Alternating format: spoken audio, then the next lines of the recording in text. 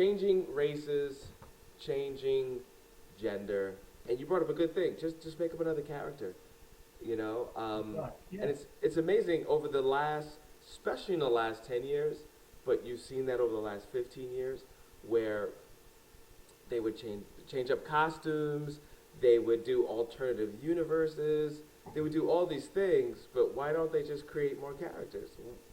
Why are we so locked into just what they've been putting out for years and years on years? I think it's because they are fantastic characters, Mm. surely, but I just think they're locked into the money side of things. They know this stuff sells. They make movies with it now. They've got the special effects, Right. stuff to do it with. They can just about do anything now. So they don't really need. Because every what 7 years, Disney, every 7 years, uh, uh, release their films, don't they, to the new audience, as it were. And I think that's where they've gone now. Well, certainly with Disney buying Marvel. Um, but I think that what they're going to do is just, like they had a couple of Fantastic Four films, they weren't so good, and now I understand they're making a new one with new people in. So I just think they're going to just revamp like they've done with Spider-Man, like they do with Superman. They just revamp it for a new generation, and I think there's going to be a huge gap in and loss of creativity because, I'll say it, people like me and lots of others have ideas. They're not as good as Kirby's, but they should take a look because there might be some gems in there. That's what I believe. Right. That's a very good point. And of course, we're talking about Thor and some other characters too, but definitely there's a big backlash and a lot of conversation about Thor being a woman now. Why is that? Well, in my opinion, it's not Thor, is it? It's a woman dressed as Thor. It's the same. You know, it's just not the same thing, is it? You know, I had a conversation today with somebody about this guy said he wouldn't mind seeing Superman changing. Well, it's not Superman then, is it? It's somebody else with his uniform on. It's not him, is it? It's just stupid to change it.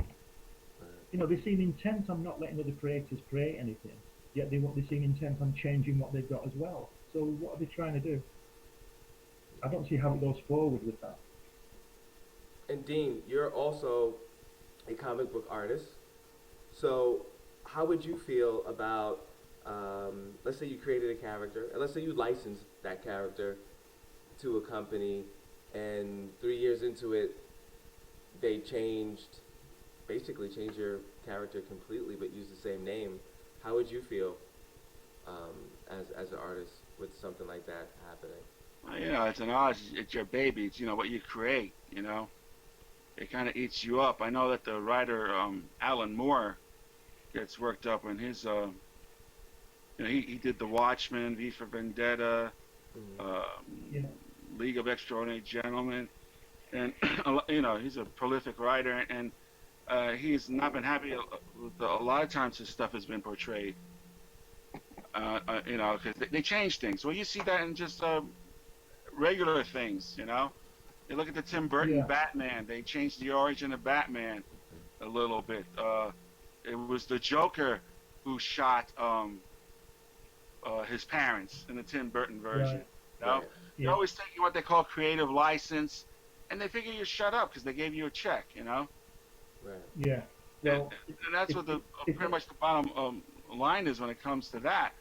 But when it comes to see the thing with all right, the thing with Kirby's characters is, like I said, Kirby's well loved. Okay, uh, his characters are iconic, and this the whole thing is fishy. Look, and I'll just give a little history. All right, Glenn, correct me if I'm wrong on any of this stuff. In 2009, all right, I think Kirby passed away in '94. yes, Okay, Jack Kirby dies in '94. 2009, his four children, Lisa, Neil, Susan, and Barbara, they served 45 copyright termination notices to Marvel, Disney, Sony, Paramount, Universal, 20th Century Fox, all for characters that were created by Kirby. They wanted, they were saying that the copyright was the term was over, and they wanted the copyright rights back. Okay, Yeah. now that's a lot of Yeah. money. Okay, Yeah. In 2010, January 8th, that's Elvis Presley's birthday. On January 8th, Marvel and Disney sued Kirby's family in an attempt to invalidate the notices. And they went to the Secondary Court of Appeals. That was kind of fishy because they did that in New York. Kirby's children live in California, right? Mm. Yeah. So, Yeah. I mean, that's kind of like shady. You kind of supposed to sue the guy where he lives, you know. And they're suing him. So they're counter suing in New York. So I guess they knew that the New York courts would go for the corporations. I don't know. The lower court judge in 2011 ruled that Kirby's heirs had no rights, and that Marvel owned the rights. Wow. 2013, there was an appeal. They reaffirmed that. But in October 2013, Jax Kirby, his estate, requested for a rehearing. That was denied. So they took it to the Supreme Court, United States Supreme Court. Yeah. They filed a petition saying that they wanted to reverse the ruling.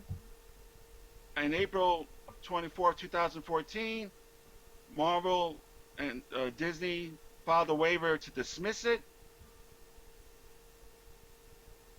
And Supreme Court was like, no. Now they were interested to hear the case. So, July 15, 2014, Marvel responded, and curiously enough, that's the same day they wanted The View to say that Thor, this guy, was now this. No, This is woman. Thor now. The same day where they responded to the Supreme Court, all of a sudden, Thor's a woman. Not and they kind of fooled everyone because they said a lady Thor. So I was thinking like everyone else, oh, it's a gimmick. Remember when Walt Simonson made Thor frog? Yes. You know, That's when I I did stopped the reading. same thing. He even wrote an article. I was like, don't worry, he'll be back. Then I'm like, uh-oh. That's when I got on the Kirby pages. And I saw the hot stuff that was going on. And I was like, oh, what's this? So then recently, July 30th, 2014, Kirby's estate got some amicus briefs, which means a friend of the court, from Hollywood, backing Kirby family up. You had the WGA, the Writers Guild of America, the Directors Guild of America, and the Screenwriters Actors Guild Federation writing friend of the court briefs in support of the Kirbys.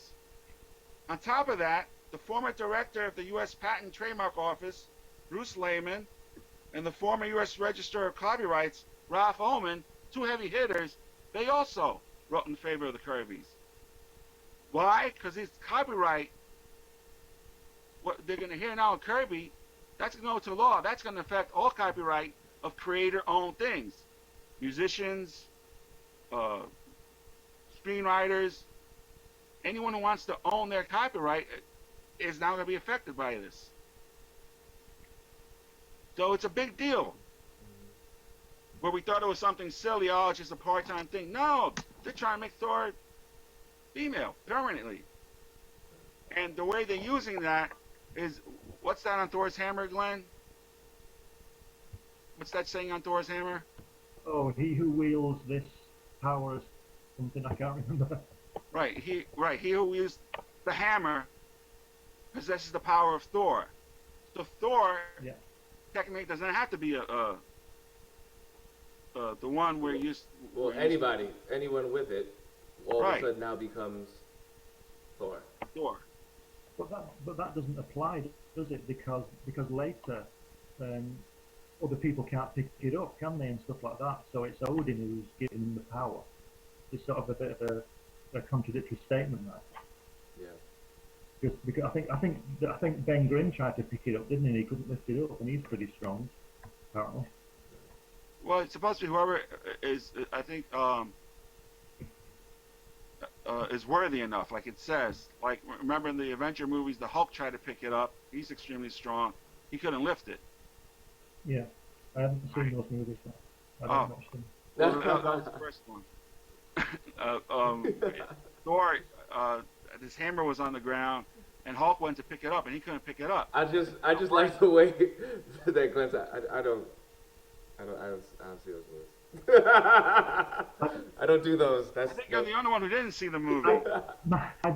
These past two Christmases, my brother has brought me Captain America films, and I haven't watched them yet. I can't watch them. Oh man, is it just you just don't like what they've done with the characters, or just the overall, you know? It's just I don't know what they've done with the character, but because I've not seen it, but I just can't look at it. Can't look at it. You know? I appreciate that. Maybe I'm missing Go ahead. No. I'm just saying it makes a lot of sense. I mean, again, you're attached to it on a whole nother level than and you know the behind story of what's going on. Let me tell you another story. Last year at the London convention, Stan Lee was on, and a friend of mine bought me a ticket to get in there with Stan Lee. And at first it was like, wow, thanks, I'm going to go to this. And these tickets were about $200, so it wasn't cheap. But I decided not to go because I just couldn't do it. I couldn't be that hypocritical, I probably am in other areas, but I couldn't be that hypocritical to go and see this man. And then I learned he was charging something like $40 for a photograph and $50 for an autograph, and I just thought, what's all this about? I don't think he, I think he did a lot of good stuff, but he didn't create those things, and I didn't want to see him being lauded with anything. He certainly wasn't going to get my money or my friend's money.